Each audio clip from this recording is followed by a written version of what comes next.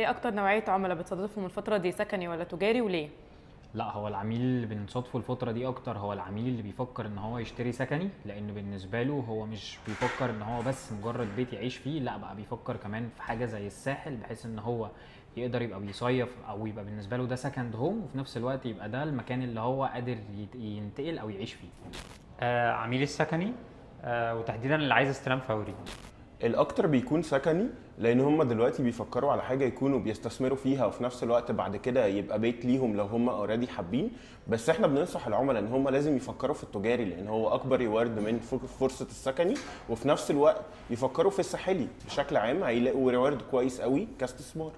نوعيه العملاء اللي بتدور على التجاري والفندقي عشان يقدروا ياخدوا عائد ايجاري بسرعه جدا من دي 1.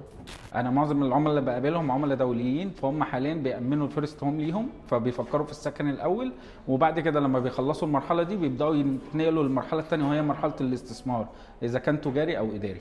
احنا في كيو التركيز فيه على الساحل الشمالي بيكون اكبر، فالعملاء اللي بتبقى عايزه تشتري حاجه ساحليه بيكون ده اول اوبشن بنتحرك فيه الفتره دي، والتركيز عليه بيكون اكبر. زائد بقى ان في بعض المشاريع اللي ابتدت لونش في القاهره في الحاجات السكني برضو عليها طلب عالي الفتره اللي فاتت، فبرضو مركزين عليها. فخليني اقول ان السكني والساحلي هم اكتر حاجات مركزين عليها الفتره دي.